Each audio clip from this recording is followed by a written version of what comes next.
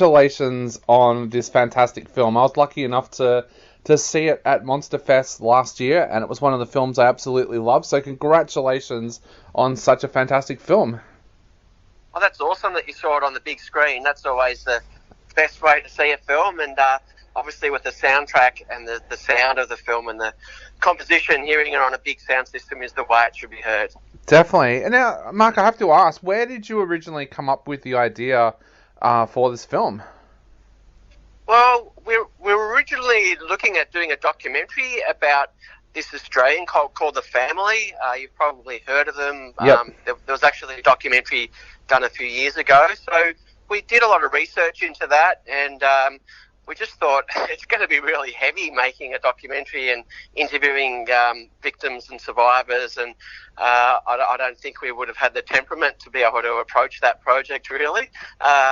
So with some of that research, I just thought maybe we can make something slightly more fictional, and I had an opportunity to travel to Europe, to Lithuania, which is, where my ancestry is from, and we spent a few days in Germany, and I was really inspired by the folk horror films of the late 1960s and 70s, filmmakers like Jean Rollin, and Jess Franco, and films like Blood on Satan's Claw, all those classic folk horror films. So I sort of weaved some of those concepts and ideas through this Lithuanian mythology, which had been in my blood, and somehow came up with the film and mixed a bit of black metal in there as well. Yeah, I'll talk a little bit about the black metal later on, because I know the readers of our magazine will be really interested in that. But going to Lithuania and going to Germany, what kind of things over there did you research, and what kind of things inspired you while you were there?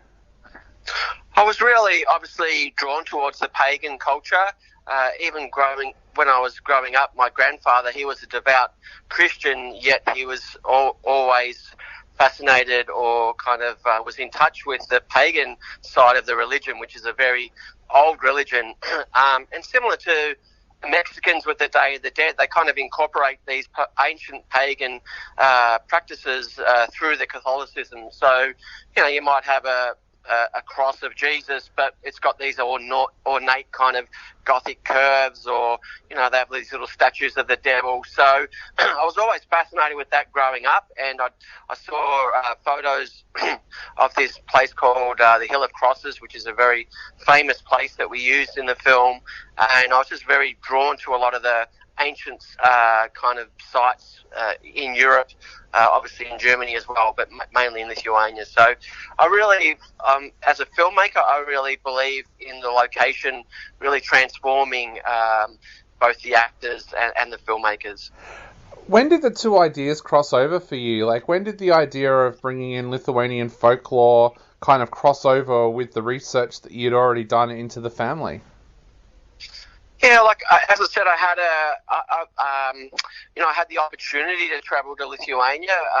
My parents were going over there for this, really big celebration where my father was part of this 1,000 people choir. And so I just thought, if I'm going to go over there, why don't I try and utilize the traveling and try and incorporate some of the, I guess, some of the famous cults.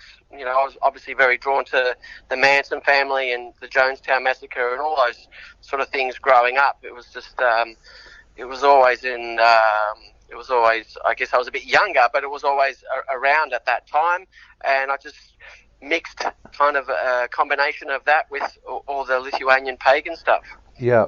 Now, the black metal element, of course, our readers are going to be very interested in that, and our listeners as well. Tell us a little bit about the metal element that came into this film and what made you decide to incorporate that. I think, I'm probably more into punk and post-punk. I probably know a lot more about that sort of music, but growing up in the late 80s, it was a really fascinating time where a lot of these genres were kind of sort of starting out.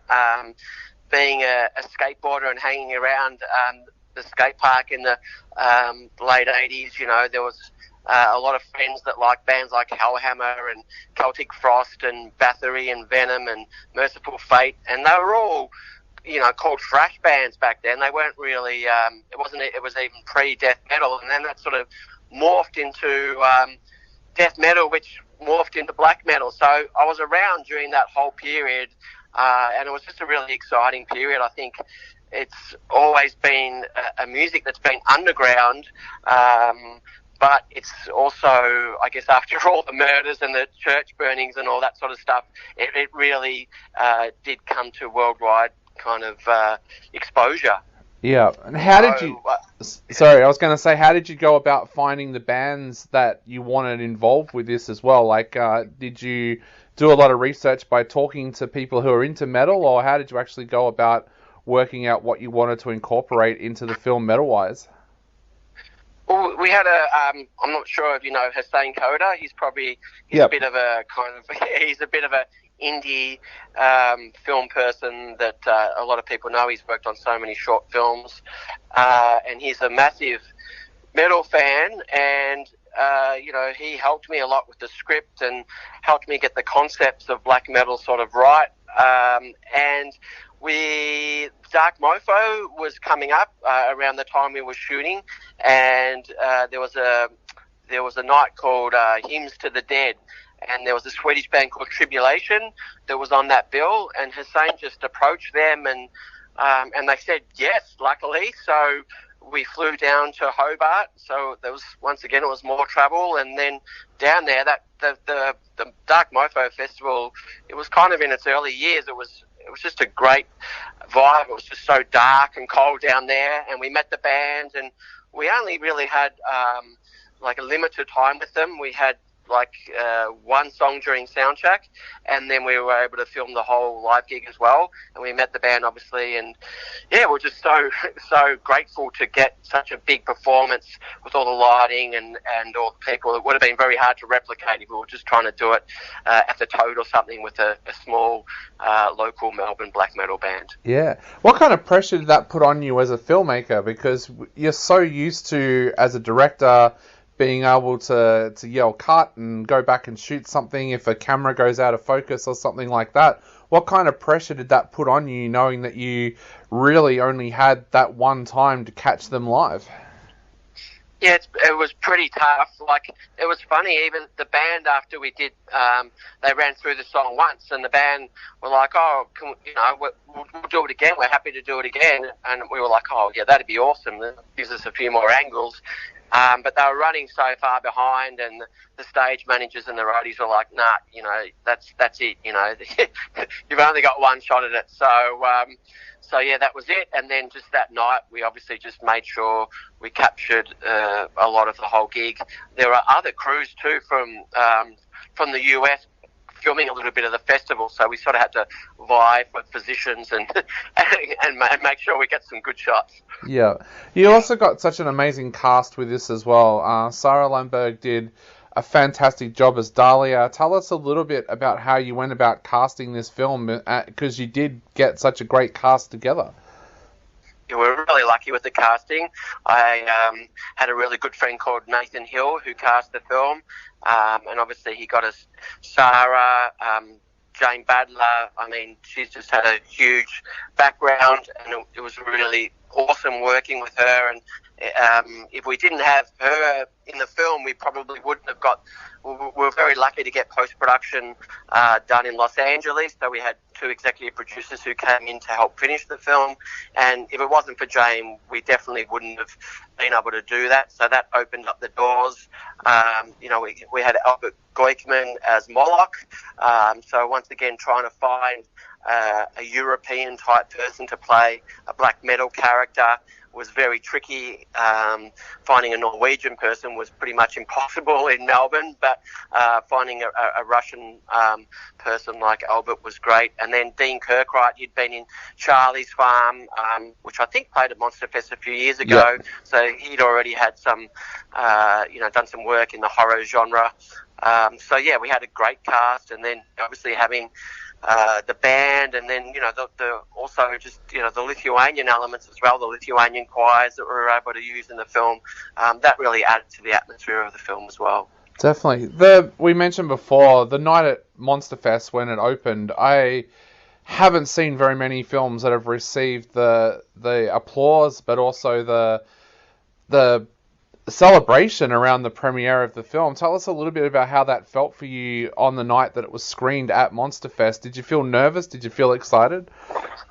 Yeah, I always feel pretty nervous in front of a lot of people, and there was a little bit of a hiccup with the DCP, and I had to run out and swap over the DCP, so it's always a bit nerve-wracking. But yeah, Monsterfest is just a fantastic festival. You know, I've been going for a few years now, and it was just the perfect audience and place for that. It took a long time to make that film and finish that film. It was 4 to 5 years all up, so it was just such a ongoing kind of strain, an ongoing burden that, you just don't feel complete until it's finished. So even though I can see a few faults in it and there's a few things that I would have liked to have done differently, just to have it finished was amazing. And now how do you feel that it's coming out for home entertainment? And did the whole COVID thing kind of scare you off wanting to do home entertainment, or did it actually make you want to do it even more? Look, we're really lucky to have Umbrella as a distributor. They've just got some fantastic titles in their catalogue, and to be amongst some of those films is a dream come true. Look, it was originally going to be scheduled for a limited theatrical release in April, so it would have been good to have a few more screenings, because I feel like some of the cast and crew missed out on Monsterfest because it was sold out. So I'd always planned to do another screening and, maybe have a party or something like that. But then COVID came along and it was just kicked that idea out of the door. But, everyone else is in the same boat, so I can't complain. And in a way, I think so many people are at home now and probably on social media a lot more and keeping their eyes out for things that are happening. So it's probably a good time in that sense. Definitely. Well, Mark, to finish off, what would you like to say to our readers and listeners out there before they go out and grab their copy of Cult Girls? Oh, look, just it's a very, deep and esoteric sort of film. It's the narrative is extremely loose. It's a very symbolic film, so don't expect a normal horror genre film with everything mapped out. It makes you think about things. It makes you feel. So yeah, beware of all that. Definitely. Well, Mark, again, congratulations on such a fantastic film, and thank you so much for chatting to us today. Oh, thanks, Dave. I really appreciate it. I really like your site, how you kind of merge music and film, similar. I've just had those two things have been, the guiding light in my life. So it's awesome that your site does that.